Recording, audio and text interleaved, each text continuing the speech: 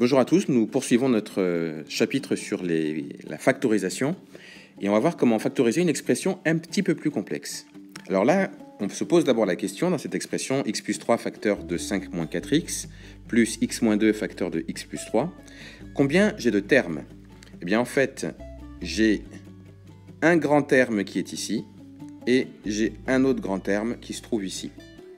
Il faut que je regarde dans ces deux grands termes quels sont les facteurs ou quel est le facteur qui est en commun.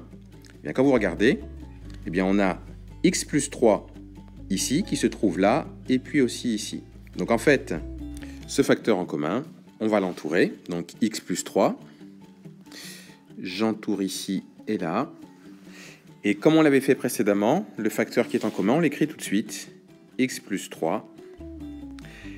Et j'ouvre des parenthèses. Alors là, je vais ouvrir des crochets, puisque à l'intérieur, comme je mettrai des parenthèses. Alors maintenant, je regarde ce qui me reste.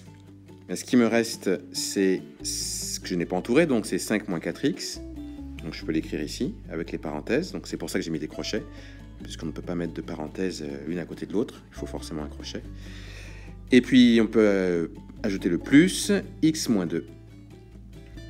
Voilà l'expression. Maintenant, ce qu'il faut continuer à faire, c'est de réduire l'expression qui est ici. Alors, on se rappelle que quand on a un plus devant une parenthèse, en fait, les parenthèses ne servent à rien. Donc ici, ces deux parenthèses-là ne servent à rien puisque j'ai un plus devant. Et puis ici, ces deux parenthèses, le plus n'est pas écrit, mais justement parce on peut s'abstenir d'écrire un plus devant cette parenthèse-là. Donc en tout cas, il y est. Donc on peut aussi enlever ces deux parenthèses-là. Donc, quand on les enlève, ça nous donne x plus 3, facteur 2, 5 moins 4x, plus x moins 2. Là, du coup, je peux enlever les crochets et mettre des parenthèses à la place, puisque là, je n'ai pas une parenthèse à côté d'une autre parenthèse. Et ensuite, je peux calculer ce que ça donne ici, en termes de simplification, de réduction. Donc 5 moins 2, ça donne 3.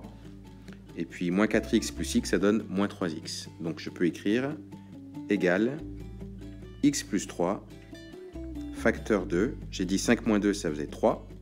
Et moins 4x plus x, ça faisait moins 3x. Donc, j'ai bien là une expression factorisée, puisque j'ai quelque chose, un facteur fois un autre. Alors qu'ici, j'avais quelque chose plus quelque chose d'autre. Donc voilà comment on peut factoriser une expression un petit peu plus complexe que celle qu'on avait vue précédemment.